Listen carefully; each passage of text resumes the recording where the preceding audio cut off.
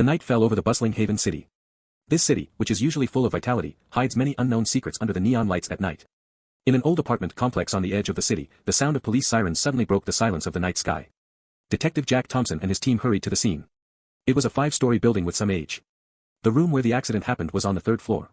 When the door was opened, a pungent smell of blood hit the face. The house was in a mess, and the furniture was tilted all over, as if it had experienced a fierce fight. The victim was a young woman named Emily Brown. She was lying in a pool of blood, her face was pale, and her body was horrified by multiple knife wounds. Her eyes were wide open, as if she saw an extremely terrible scene before she died. Jack frowned and carefully observed every detail of the scene. There were some messy footprints on the ground. Judging from the size and pattern, they should have been left by men's leather shoes. The cup of coffee on the table was still steaming, and it was obvious that the crime had not happened too long ago. In addition, an exquisite cufflink was found in the corner of the wall, with a unique logo engraved on it, an intertwined letter F and G. Jack put on gloves and carefully picked up the cufflink, thinking to himself, this may be the key clue left by the murderer, but what does this logo represent? After preliminary inquiries with neighbors, everyone had a good impression of Emily. She was a quiet girl who worked in a publishing house and rarely had grudges with others. She lived here alone, and there was no news of any complicated interpersonal relationships. After Jack returned to the police station, he immediately called his men to a meeting, listed the evidence collected at the scene one by one, and ordered everyone to investigate the origin of the cufflink in Emily's work and life circle separately to see if they could find any breakthroughs. The next day, Tom, the police officer in charge of investigating the cufflinks, brought news. He visited several high-end custom clothing stores in the city and learned that the cufflinks were made by a private custom store called Fred Gaines. This store specializes in custom clothing accessories for the upper class in the city. The prices are high and there is a strict customer registration system. Jack and Tom rushed to the store immediately. After seeing the cufflinks, the owner hesitated for a moment and took out the customer records. According to the records, the person who customized the cufflinks was Lucas Harper, an executive of a large financial company in Haven City. He had a wealthy family and often went to various high-end social occasions. Jack wondered how such a person who seemed to have a glamorous life could be involved in this murder case. He and Tom came to the financial company where Lucas worked. Lucas' office was decorated very luxuriously. When Jack explained his purpose, Lucas was very surprised. "Inspector, this must be a misunderstanding. I did order such cufflinks, but I lost them accidentally when I attended a banquet a few days ago. How could I be related to a murder case?" Jack observed Lucas's expression and reaction calmly, and found that although he spoke sincerely, there seemed to be a trace of imperceptible panic in his eyes. "Mr. Harper, can you tell me in detail about the specific circumstances of your participation in the banquet, and whether you found anything unusual after losing the cufflinks?" Lucas cleared his throat and said, "The banquet was held at the Seaside Hotel that day. Many people came. I drank some wine. I felt that the cufflinks seemed to have fallen off while dancing, but I didn't pay much attention to it at the time. I didn't feel anything unusual afterwards. I was just working and entertaining normally." After leaving the financial company, Jack always felt that Lucas was not telling the truth, but there was no conclusive evidence to prove that he was related to the murder case.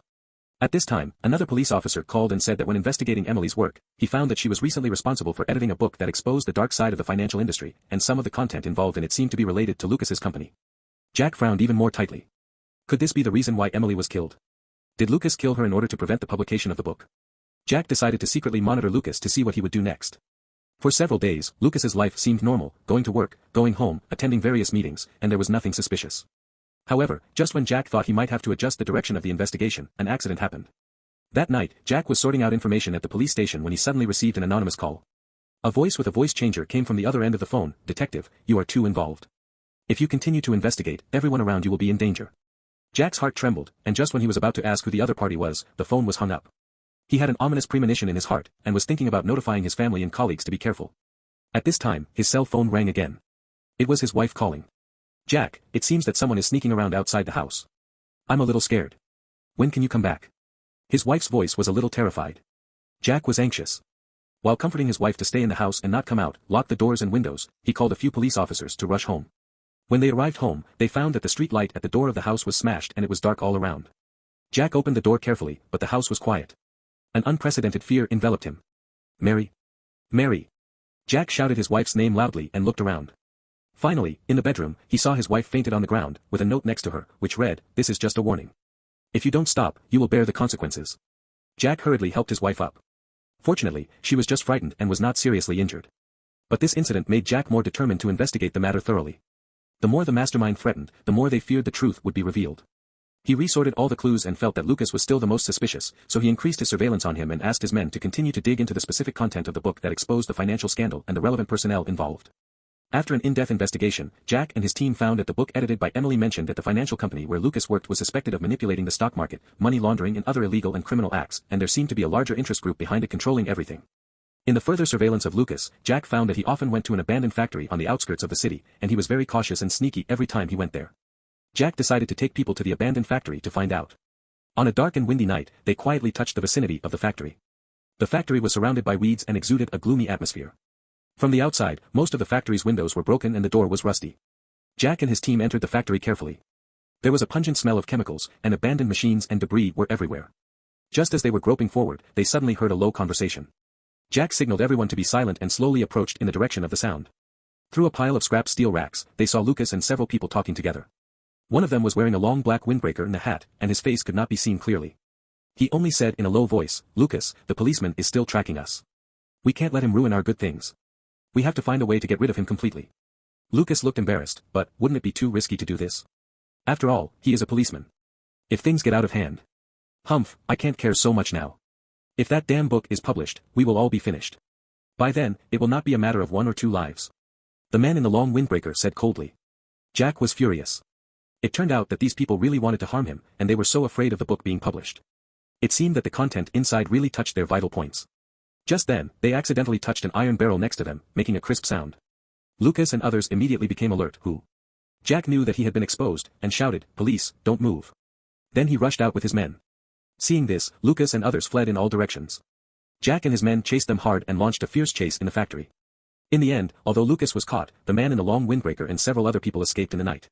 Jack took Lucas back to the police station and interrogated him overnight. At first, Lucas tried to quibble and refused to tell the truth, but after Jack took out the recording of their conversation in the abandoned factory and a series of evidence collected before, Lucas's psychological defense finally collapsed. He confessed that he hired the mysterious Shadow Organization to kill Emily because he was worried that the contents of the book edited by Emily would bring him and the interest groups behind him to an irreparable end. The man in the long trench coat was one of the members of the Shadow Organization. And the cufflinks were indeed left at the crime scene by him when he attended the banquet, in order to confuse the police.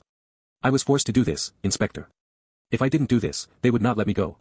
The interest group is too powerful and controls many people in the financial and political circles. I have no power to resist," Lucas said with regret. Jack looked at him seriously. "No matter what the reason, you shouldn't kill people. You do this and ruin other people's lives and push yourself into the abyss."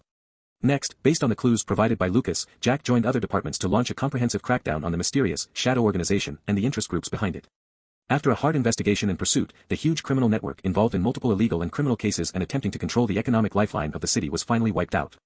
Haven City has returned to its former tranquility, and the neon lights are still flashing at night, but Jack knows that in the dark of this city, there may still be various crimes hidden, and as a policeman, it will be his eternal mission to protect the peace of the city and pursue every truth.